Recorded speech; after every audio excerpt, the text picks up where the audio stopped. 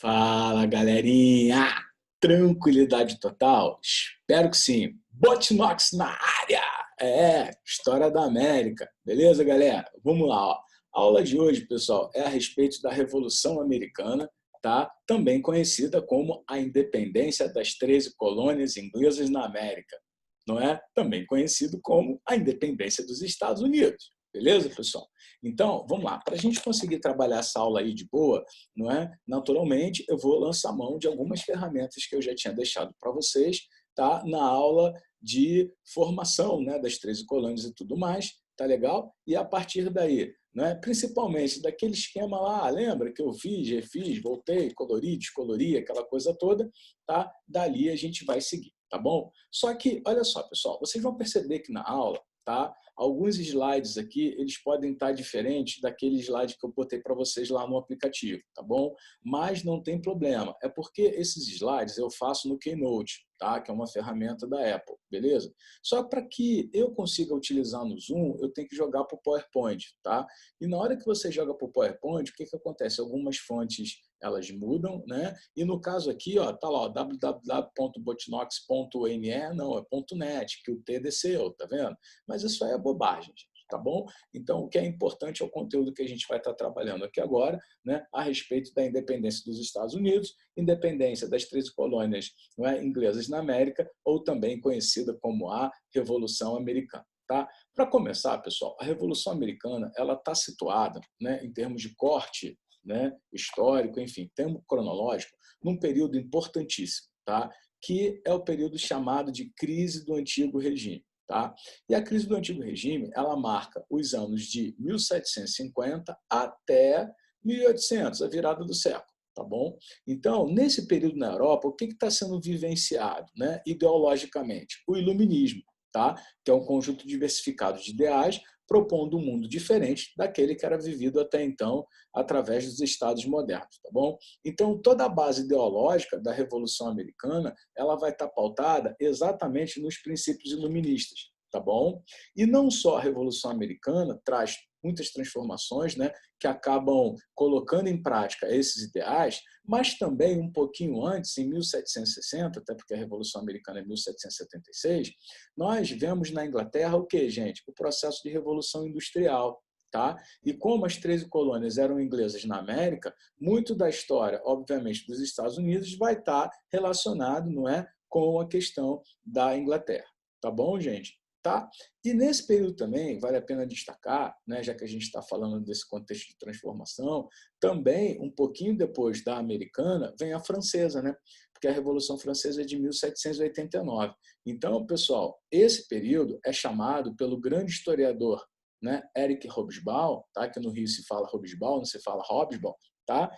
É justamente o momento em que a burguesia ela é insatisfeita, não é, com a condução do Estado moderno absolutista do rei, né, faz valer, né, se apropria dos ideais iluministas para conseguir pôr em prática todas essas transformações. E esses ideais também chegaram às 13 colônias. Tá bom, pessoal? Então, como é que o Hobsbawm ele classifica esse período que vai de 1750 até 1800, né? Como é que ele classifica, então, portanto, essa ação das burguesias na Inglaterra, né? Aonde? Na França, e esses ideais que chegam não só na América inglesa, mas também na América portuguesa, não é? De período das revoluções, mais precisamente das chamadas revoluções burguesas, tá? Mas numa outra aula eu vou ter oportunidade de mostrar para vocês, né, juntar todo esse contexto, não só de América inglesa, né, de América francesa, ou até mesmo da própria espanhola, com a portuguesa e a história, né, da Europa,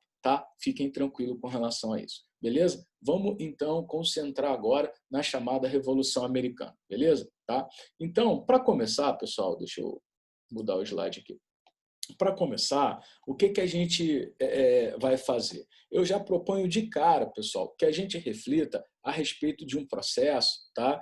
Que é extremamente interessante aqui para a gente conversar, beleza? Que é o próprio conceito de independência, né? Porque a gente vai estar trabalhando exatamente a independência das 13 colônias, a formação dos Estados Unidos. Tá? Então, eu sugiro para que a gente comece a conversar sobre isso, já que o que eu mais destaquei para vocês né, que hoje os Estados Unidos acabam sendo o que são, dada o quê? A natureza dos seus colonos, né?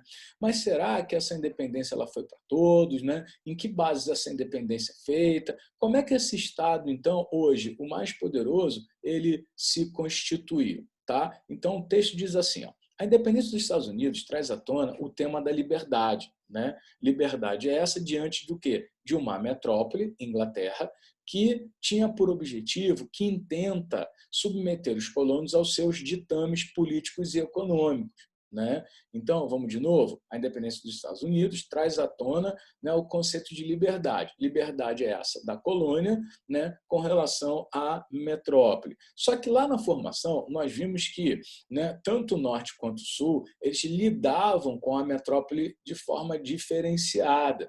Tá? E, na verdade, vão continuar lidando. Agora, a grande questão é a forma com que a metrópole, no caso a Inglaterra, lidou lá atrás e a forma com que a Inglaterra vai querer lidar agora, nesse contexto que a gente está conversando, frente a algumas transformações de caráter importante que ela estava atravessando. Tá? Então, essa é a grande questão. Então, ó, os colonos valeram-se de ideias construídas durante lutas populares contra a dominação aristocrática da Inglaterra no século XVII, como a de inglês nascido livre e do direito inalienável dos povos de se rebelarem, não é isso, contra a tirania, para conquistar a independência norte-americana. Tá? Beleza.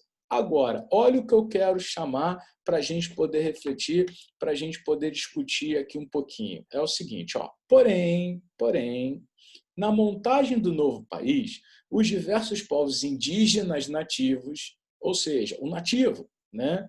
Legal. E os africanos escravizados não foram incorporados. Ih, Botino, sério.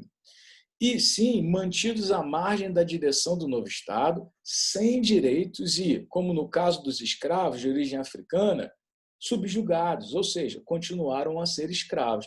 Então, peraí, se você voltar aqui em cima aqui, opa, né? Peraí, vou mudar. Aqui, ó, aqui, no texto. Ih, caramba. Aqui no texto, estão ficando filmando. E ver que o processo de independência ele chama atenção ao conceito de liberdade, e a partir do momento que nós temos a formação, então, portanto, de uma nova nação, e nessa nova nação são excluídos os verdadeiros nativos da terra e os negros africanos escravizados, fica a minha pergunta para vocês: que independência é essa? Essa independência, ela, na verdade, vai contemplar quem? Essa independência é para quem? E cadê essa questão da natureza do colono aí? Né? Então, isso é muito importante, beleza? Porque essa questão do negro aí, principalmente, gente, né, vai ter muitos desdobramentos na própria história dos Estados Unidos, né, com maior peso, obviamente, aonde? Nas colônias do Sul. Por quê? Porque a escravidão africana por lá era majoritária. Mas quando a gente fala em independência dos Estados Unidos, a gente não fala só independência do norte ou só independência do sul. Não, a independência é do norte mais o sul, do sul mais o norte. Deu para entender?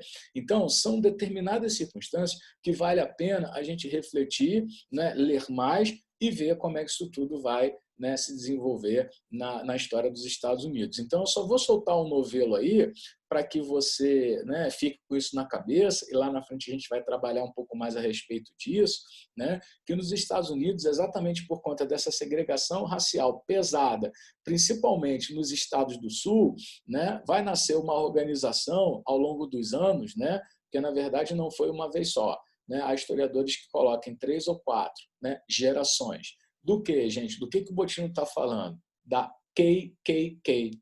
Né? O que é KKK, Botino? Klux Klan. Tá? Vamos de novo? Ku, tá? Ku Klux Klan. Beleza? Tá? Então, isso daí é só um desdobramento, algo que, para a humanidade, para a história dos Estados Unidos, é muito feio, certo? Mas para estudar é bastante interessante, tá bom? Então eu começo com essa reflexão, né, para que a gente realmente consiga ver em todo o processo que independência é essa, né? Independência de quem, para quem, como é que isso tudo se desenrola. Tá? Para a gente começar a entender, então, essa bagaça aí, eu nunca deixo de passar para vocês, né, o chamado contexto histórico. Tá? Só que eu queria que você prestasse atenção no que eu estou falando e não necessariamente ficasse lendo o texto. tá? Porque quando eu precisar ler o texto, eu chamo a atenção e leio o texto para vocês, tá?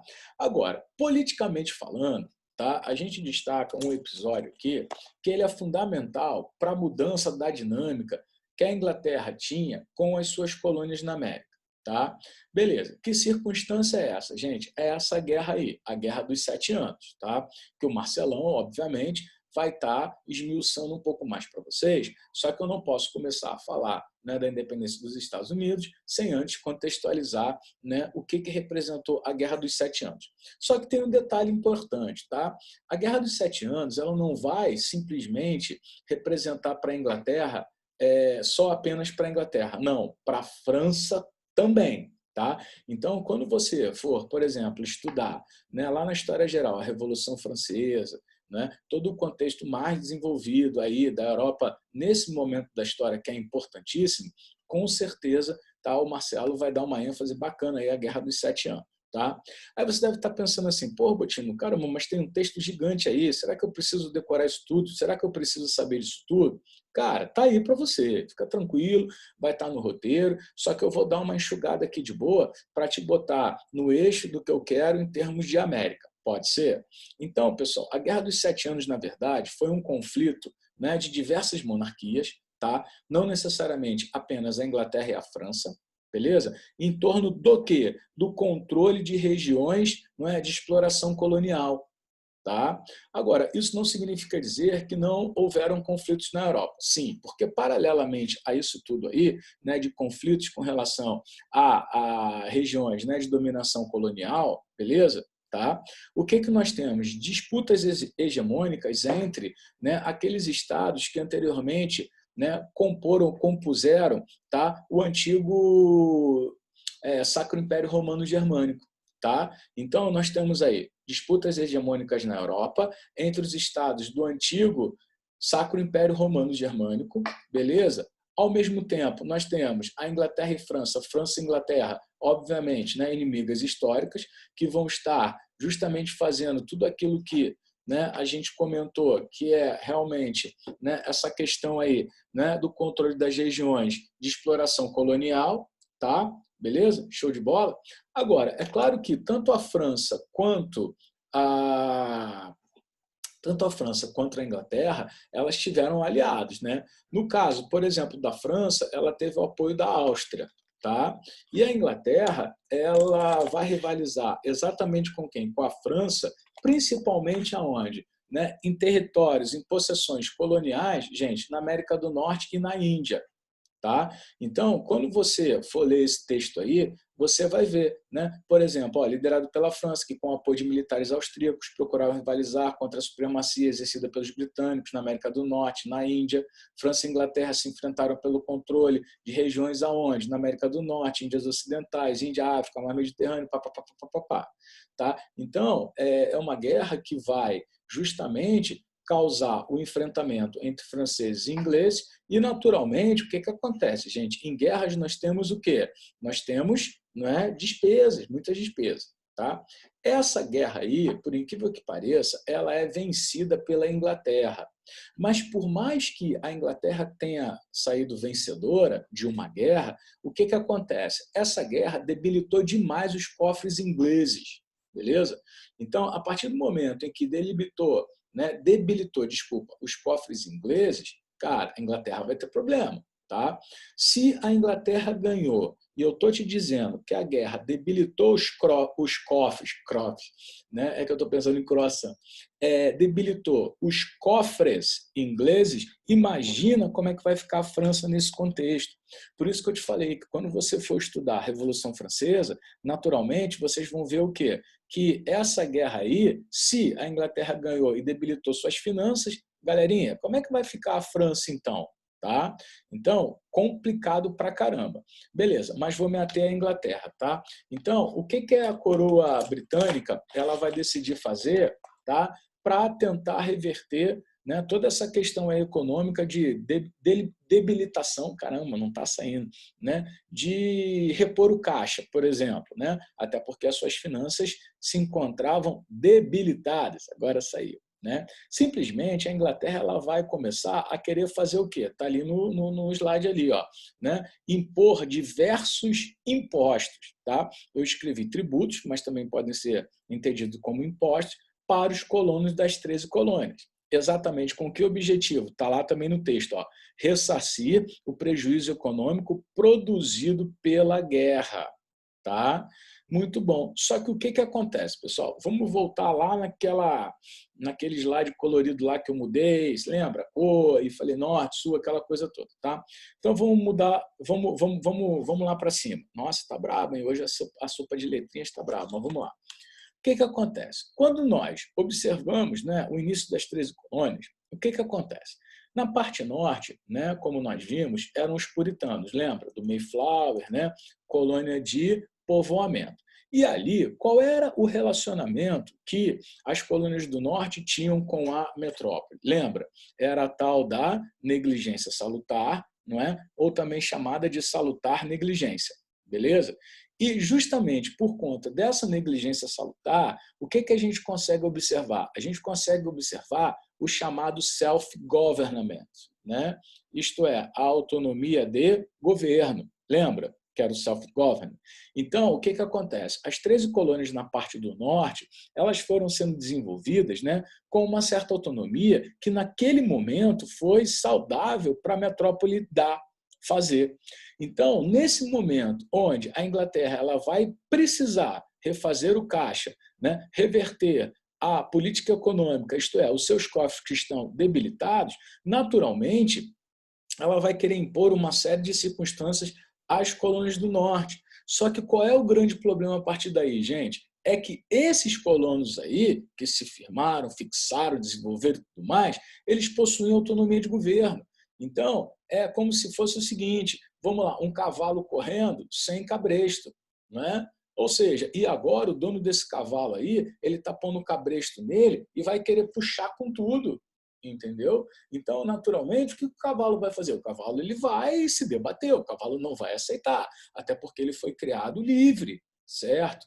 Muito bom. Só que tem a parte sul também, lembra que era o Pacto Colonial, exclusivo comercial, onde os impostos naturalmente já eram altos, certo? Então, aí que vai estar a grande problemática. Por quê? Porque a relação da metrópole com a colônia, seja norte ou sul, vai se tornar muito aguda pelo fato da necessidade gerada, então, portanto, de se, não é, reverter essa circunstância econômica gerada pela Guerra dos 7 Anos. Tá? Então, por exemplo, olha lá no texto como é que está. Decidiu impor diversos tributos para os colonos das 13 colônias, com o claro objetivo de ressarcir o prejuízo econômico produzido pela guerra. Beleza, show.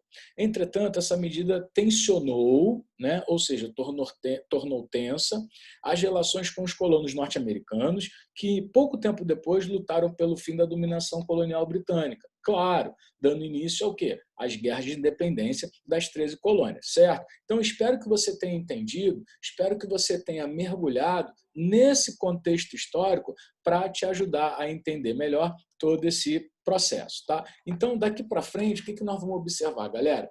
Né? Conforme o tempo vai passando, né, a Inglaterra, né, ela vai o quê? Tensionando as relações. O que a Inglaterra vai fazer? A Inglaterra ela vai simplesmente tomando medidas para tentar cada vez mais buscar mais impostos, né, mais riquezas, extrair mais riquezas da colônia, beleza? Tá? E, claro, tensionando cada vez mais as relações com os colonos, sejam eles do norte ou do sul, tá bom? Então, agora, o que eu decidi fazer? Pontuar essas ações para vocês, naturalmente, irem percebendo como que essas relações elas vão se tornando cada vez mais tensas, certo? Então, lembre-se que sempre para uma ação há uma reação, certo? Então, a partir do momento em que você tem no norte o self-government, né, autonomia de comércio, de governo, desculpa, você tem a negligência salutar, que fez parte do contexto lá das revoluções inglesas, né? Você já tem impostos que são pesados na parte do sul. E essas medidas que vão sendo tomadas, o que acontece? Vocês vão perceber que, além de mexer no bolso, né, dos colonos aqui na América, vai mexer também com outras circunstâncias. E essas circunstâncias que a gente vai precisar comentar. Beleza, gente? Então, vamos lá. Primeiro ato, então, da Inglaterra com relação ao tensionamento das relações com os colonos. Vamos lá. Proclamação de 1763, tá? Ou seja, o que o parlamento faz?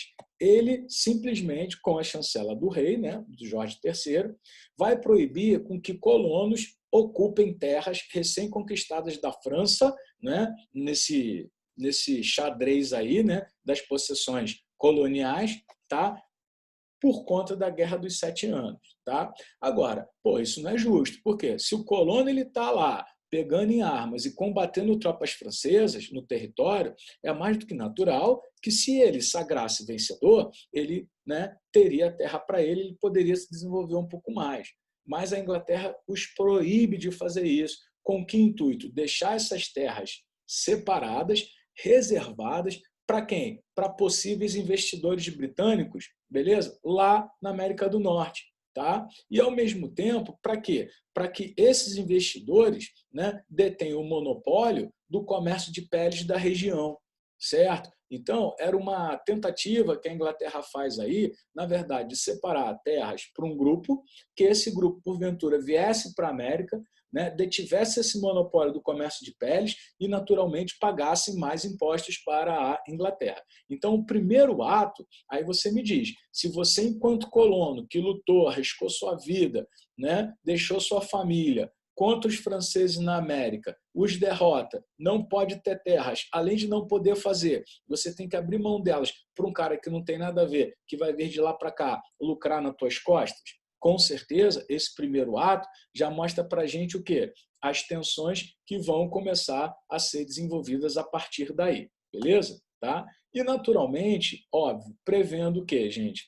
Né? Um aumento de arrecadação, o que a Inglaterra ela vai estar taxando? Diversas leis, tá? Diversas leis. Ou seja, leis essas que vão beneficiar, né, automaticamente a Inglaterra. E, claro, restringir a ação, o lucro e a autonomia dos colonos, né, da América, certo? Então, a partir daí você vai ter uma série de leis, tá? Que eu vou comentar elas, mas ali, gente, não tem muito o que fazer não, cara. Isso aí você tem que saber, entendeu? Eu vou comentar, eu vou relacionar, mas isso aqui é questão de definições, tá? Mas que não é muito difícil não você guardar.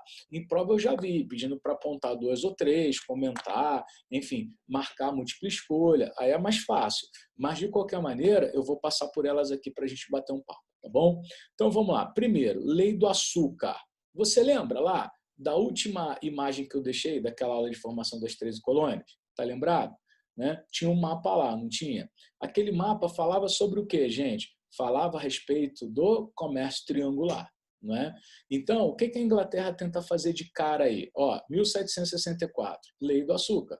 Taxava a importação do melado que os mercadores da Nova Inglaterra, portanto, lá do norte, compravam das Antilhas para o fabrico do rum. Lembra do comércio triangular? Né? África, Ilhas da América Central, 13 colônias. Né? Olha aí, né, o melado aí. Tá? Então, o que acontece? A Inglaterra, de cara, vai tentar diminuir o quê? A força econômica dos colonos que já estavam rivalizando com eles por intermédio do comércio triangular. Tá? Beleza.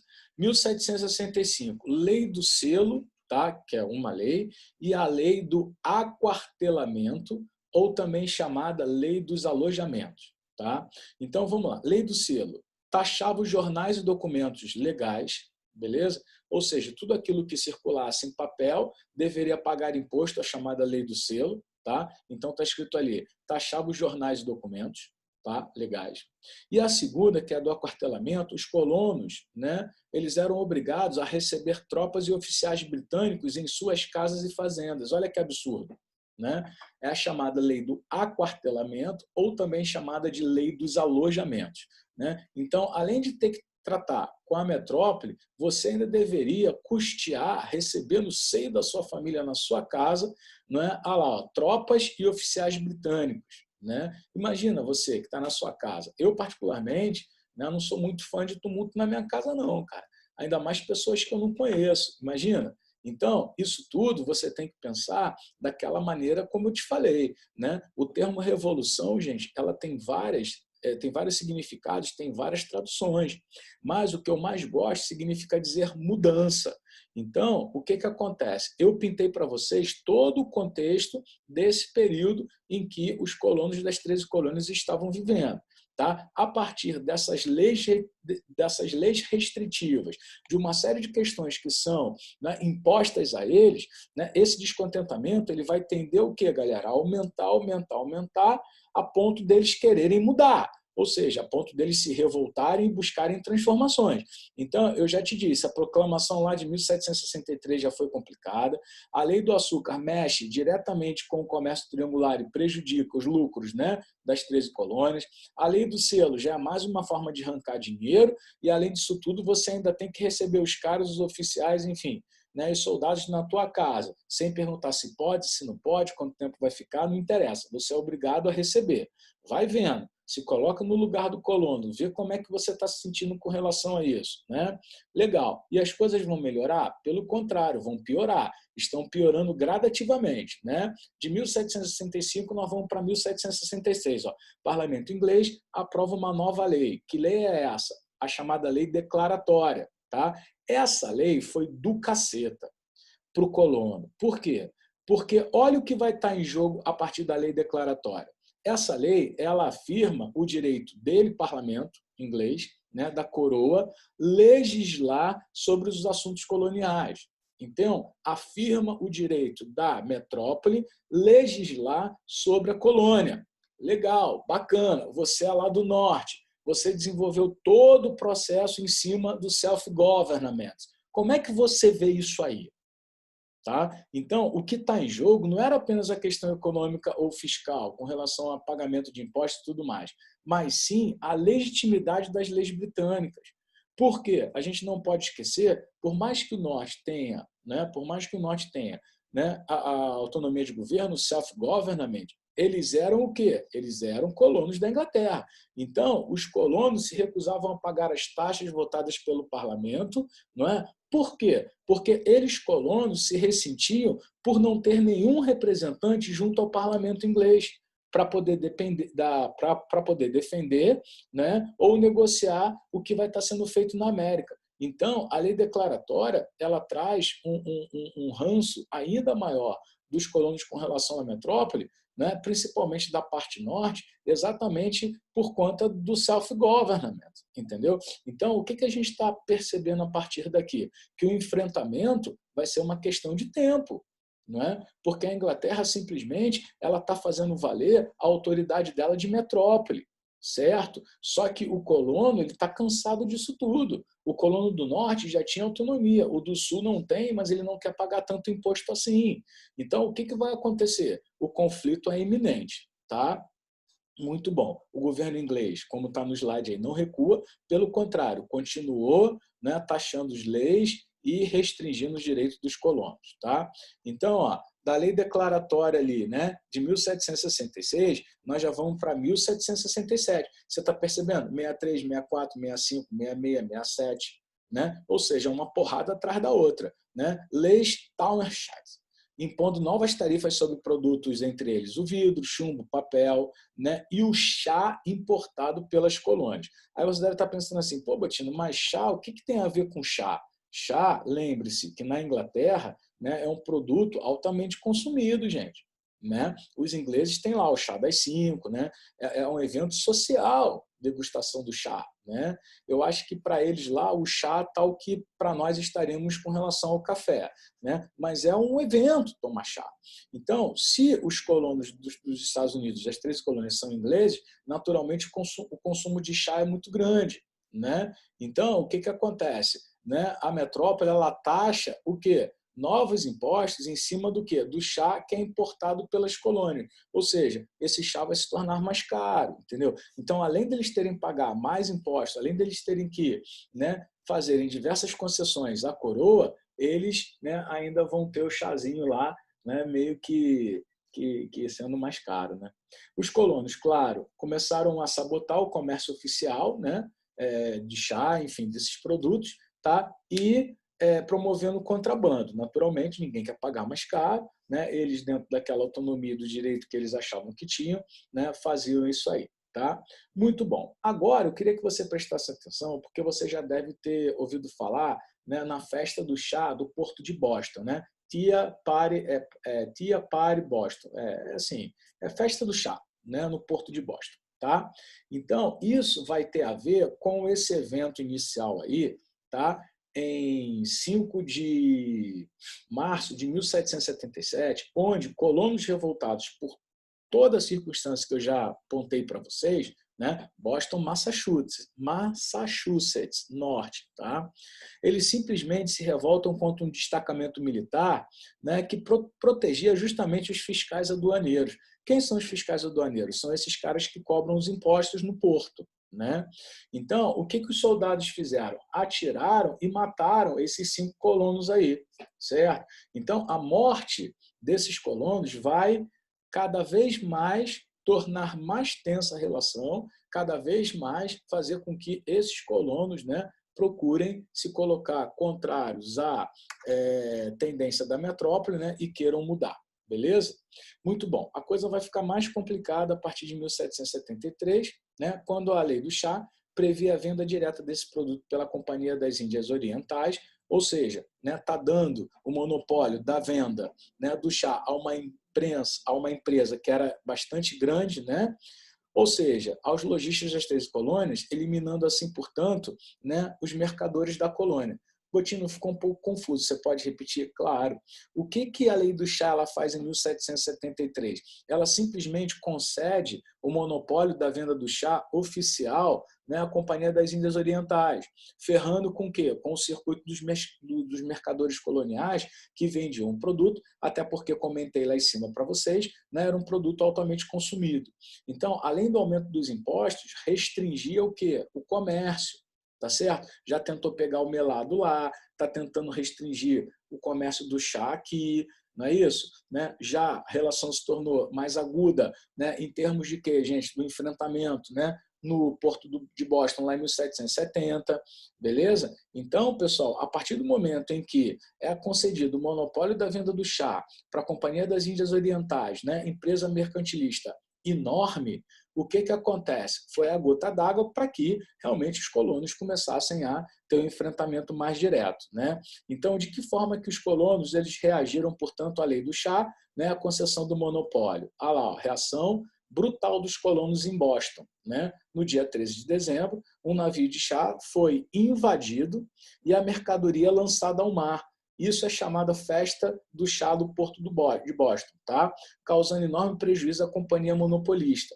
Agora, o que é interessante dessa história, numa outra apresentação que eu tinha uma charge mostrando o quê? Que esses colonos revoltados, o que eles fizeram? Eles se vestiram de índio, eles tentaram se caracterizar como índio para jogar a culpa nos índios, entendeu?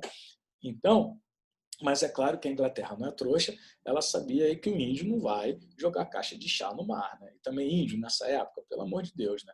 Então, quer dizer, é meio complicado. Mas, de qualquer maneira, a festa do chá no Porto de Boston foi exatamente os colonos descontentes, então, com o monopólio, com a política não é mercantilista da coroa, simplesmente, né, jogam o chá, as caixas de chá no mar, não é isso? Ferrando com os interesses, né, da companhia monopolista, né? E, naturalmente, com os interesses da Inglaterra. Tá? Reação da Inglaterra com relação às chamadas, né, ações da festa do Porto de Boston.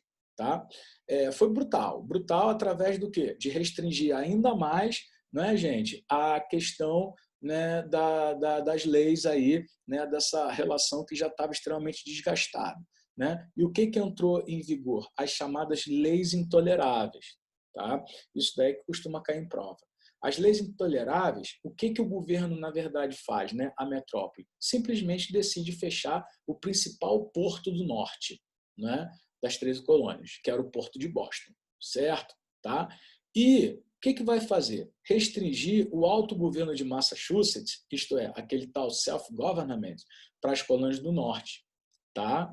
Então, desafiando fortes tradições das colônias inglesas na América, isto é, dessa tal autonomia de governo. Então, a Inglaterra vem de uma maneira bastante incisiva. Né? De que forma? Tirando a autonomia, né, que antes foi dada lá atrás, né, e, além de tudo, fechando o porto, né, o mais importante porto de escoamento e comércio, né, das colônias do norte. Então, a Inglaterra pegou pesadíssimo. Né? tirou o quê? O poder e o dinheiro dos caras, né? Se fosse você, o que você faria?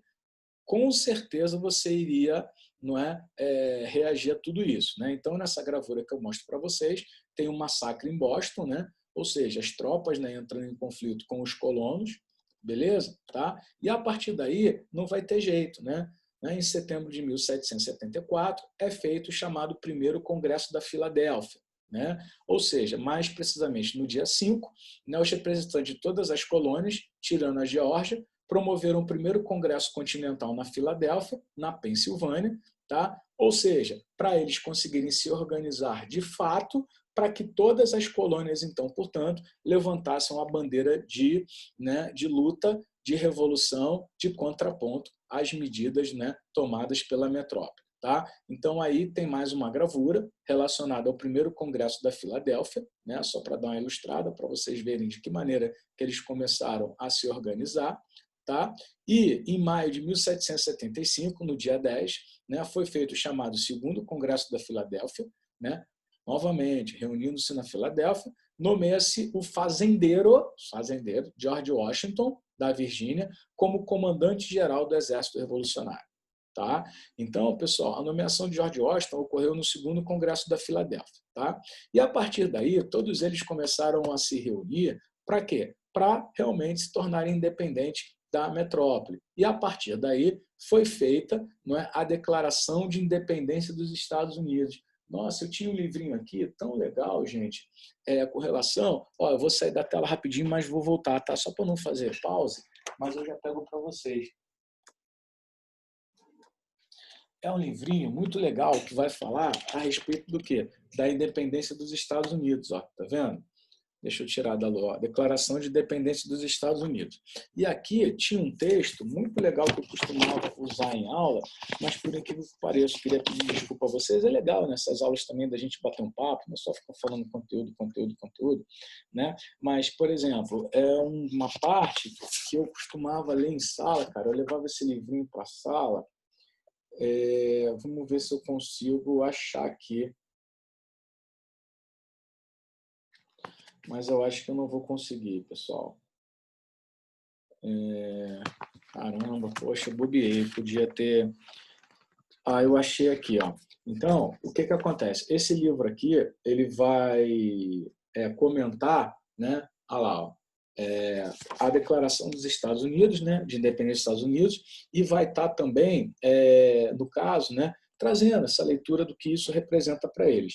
Então, olha só, né, uma declaração dos representantes dos Estados Unidos da América reunidos no Congresso Geral, né, a versão de Thomas Jefferson da Declaração de Independência. Então, eu separei uma parte aqui que é pequenininha, que é interessante, ó. Eu já lia, né? E vi ele ali, lembrei, vou ver para vocês. Ó.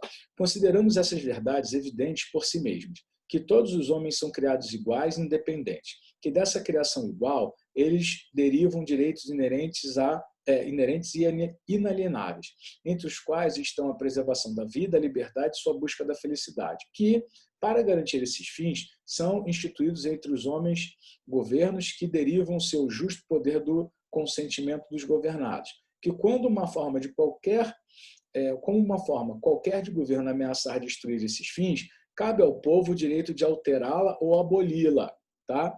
E instituir novo governo, assentando sua fundação sobre tais princípios, organizando-lhe o poder da forma que lhe pareça mais provável e proporcionar-lhe segurança e felicidade. Engraçado, né?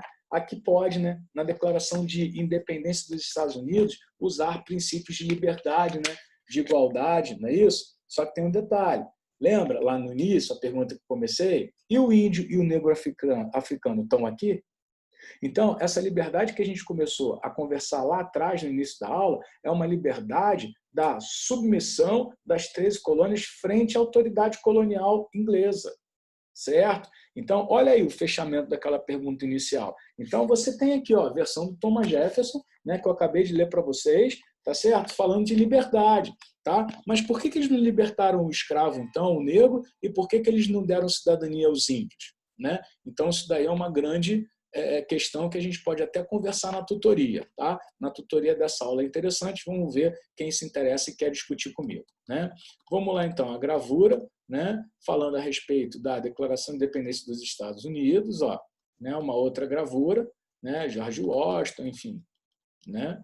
Dia 17 de outubro de 1777, os triunfos rebeldes se multiplicaram, contando com o apoio de tropas francesas, holandesas e espanholas, né? Ou seja, para que eles pudessem se ver livres da Inglaterra e abrissem novas relações comerciais, né? 1781, exércitos comandados por George Washington cercaram o principal exército britânico em Yorktown, né, na Virgínia. Aí tem a famosa Batalha de Yorktown, né? 1783 foi assinado finalmente, né? Então a declaração é de 1776, tá vendo? Ó? Vou voltar lá rapidinho, ó, que a aula já está com um tempo bacana. Ó. 4 de julho de 1776, né?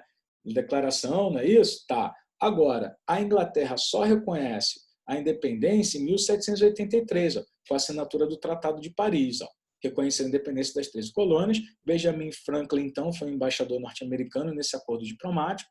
Né? O novo país, portanto, possuía terras que iam dos Grandes Lagos até a Flórida, né? Que só foi incorporada em 1819, e do Atlântico ao Mississippi, exceto a Louisiana. Lembra que a Louisiana é do Canadá? Só que, né, a Louisiana não é do Canadá, a Louisiana era da França, só que eles perdem para a Espanha, tá? Que estavam sob posse da França e foi comprada pelo governo norte-americano mais tarde. Mas antes disso aí tem guerra, tem disputa, tem uma série de outras circunstâncias, né? Guerra de independência dos Estados Unidos, a Batalha de Yorktown, que eu já acabei de mostrar para vocês, né? E aqui a gente chega finalmente no elemento de equilíbrio, aquilo que faz com que os Estados Unidos conseguissem, então, ser o que são. Por quê? Porque a independência, gente, ela não foi só do norte, só do sul. A independência ela foi do norte e do sul. Então, o que permitiu com que os Estados Unidos conseguissem, então, fazer essa independência foi a sua Constituição, que a princípio trouxe o quê? Um caráter genérico. Então, a independência é de 1776, só que a Constituição é de 1787, que estabelece República Federativa Presidencialista, a cidadania foi assegurada, o exercício de direitos políticos e civis, tirando índios e negros, né? Tripartição dos poderes, executivo, legislativo e judiciário, né? O legislativo, na figura do Congresso, que se divide em Câmara dos Representantes e Senado, né? Se dividia, o judiciário na Suprema Corte, né? Que tem como função cumprimento da Constituição, e isso é muito importante para os Estados Unidos, e a escravidão, então, portanto, africana, não é? Ela foi mantida até posteriormente o quê? A Guerra Civil, né, nos Estados Unidos, que termina em 1865. Tá? Washington, então, discursa para a Convenção Constitucional, né, em pintura do século XIX, beleza, pessoal? E, finalmente, a gente termina com um esquema. Só que esse esquema, que na hora que eu fui passar para o PowerPoint, gente, não abriu, não funcionou, tá? Mas eu vou passar para vocês, tá, no seu material. Eu não sei se você vai conseguir olhar aqui, ó, mas ele é assim, ó, ele é bonitão, ó. Tá vendo? Ele é bonitão, ó, tá? Ele fica legal pra caramba. Eu vou passar ele para vocês, tá? Pelo aplicativo direitinho, né? Ou então pelos grupos de WhatsApp, mas infelizmente, né, todo aquele fechamento eu não vou conseguir fazer por conta do slide. Mas tudo que eu tinha que falar eu já falei, né? Aqui em cima, de um lado a Inglaterra, do outro as 13 colônias, né? O lado inglês, o objetivo é controlar, né, os interesses na América, né? As 13 colônias possuem relativa autonomia, então eles vão rivalizando um ponto no outro, né? Os pesados impostos versus a festa do Porto de Boston, né? Boston Tea Party, né? As leis intoleráveis que traz a guerra, declaração de independência, George Washington, enfim, Batalha de Yorktown, né? O próprio Tratado de Paris, beleza? E tudo isso, claro, né? Fluindo por intermédio dos interesses, né? E a base ideológica iluminista. Tá bom, pessoal? Então, espero, mais uma vez, poder ter te ajudado, beleza? Poder tá aqui sempre, né? Te jogando para cima, te fazendo estudar, te situando no tempo e no espaço. Quanto mais informação eu puder dar para vocês, a gente sempre vai dar. Beleza, pessoal? Então, vão para cima aí, que foguete não dá ré. Beleza? E na próxima a gente se vê com um pouquinho mais de história, né? Para alegar a sua vida e aquecer o seu coração. Um beijo, fiquem bem e até a próxima. Valeu, pessoal. Valeu.